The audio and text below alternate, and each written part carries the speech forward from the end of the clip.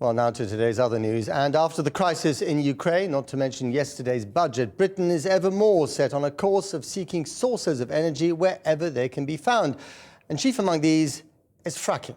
We're now up to the 14th round of exploration licenses, with the number of sites around the country likely to go into 3 figures.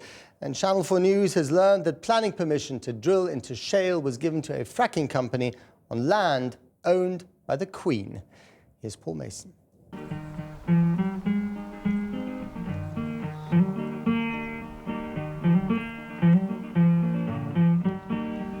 I roamed and rambled and I followed my footsteps. It doesn't look much, but fields like this one in North Yorkshire are set to become battlegrounds. Whose land it is and what can be done on it takes on new meaning. The reason? Fracking. This land was made for you and me. This site's been leased by a company heavily into fracking. The lease says the person who owns the land is already earning £15,000 a year, and if they find shale gas here and pump it, they could earn more. And the owner is the Queen. There's already a conventional gas facility here, but in 2012, Third Energy won a so-called screening opinion, the first stage of planning, to drill 2 deep boreholes on the Queen's land, one into the shale, where fracking exploration could take place. They own several potential fracking sites nearby. You can stick your fracking drilling up your... Shale gas has provoked intense and vocal opposition. Protests continue at Barton Moss in Salford. At Bolcombe in Surrey, protests also flared last year. But this is nothing compared to what protesters promise when the next round of licences is awarded. The government wants 40 exploration wells to be drilled by 2015. For fracking to make a significant contribution to Britain's energy needs will mean 100 sites per year going through planning permission by 2024. In Malton, the nearest town to the Queen's site, we found dissatisfaction at the level of information about wider plans to develop shale gas in the area. They're trying to put it through by the back door, I think, and, you know, it's just wonderful, but they don't tell all, I don't think they tell all the story. They go on about eco this and eco that. Why bother looking for a limited source of gas when we can look for other sources of energy? Yeah. You know, sun, wind, whatever. One feels there's a profit margin here, which is allowing exploration to go ahead without proper consultation.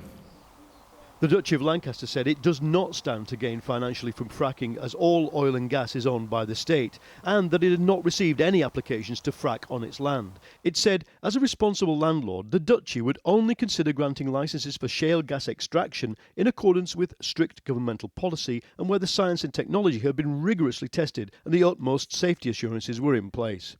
Third Energy told us, we made an application to expand conventional operations but withdrew this application for operational reasons last year. The company has no plans to carry out fracking for shale gas on land being leased from the Duchy of Lancaster. The British fracking industry has an image problem. This heavy security was for a fracking conference yesterday. They switched the venue to a British Army base at the last minute to avoid protests. I wasn't allowed to know the venue of this shale gas industry conference until an hour before by text message. There's loads of police and security here. The industry is looking forward to a bonanza, but it's pretty terrified of the protest movement against it. And that's because, for the people here, a move to shale gas is crucial to enhance our energy security.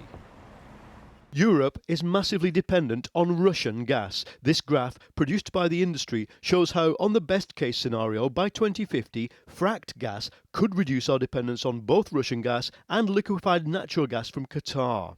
But to make that happen, they have some persuading to do. Despite the secrecy, it wasn't long before protesters turned up yesterday, and this is what any landowner can look forward to as the next round of fracking applications goes ahead. Among the demonstrators was fashion designer Vivienne Westwood. What would you say to somebody who owned land and was planning to let it out to a fracking company? Well, I would say, you know, don't sell your soul to the devil. And for the 3 main parties which all support fracking, they have harsh words.